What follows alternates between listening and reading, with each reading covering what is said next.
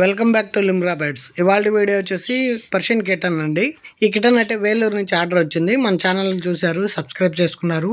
Subscribe చేసిన subscriber అయితే మనకు కాల్ చేసి అడిగారు. అప్డేట్ అయితే చూపించాము. క్యాట్స్ అయితే మొత్తం కిటన్స్ అయితే చూపించేటప్పటికి దీన్ని అయితే సెలెక్షన్ చేసుకున్నారు. ఇదైతే మనం వీడియోస్లో అయితే అప్లోడ్ చేయలేదు.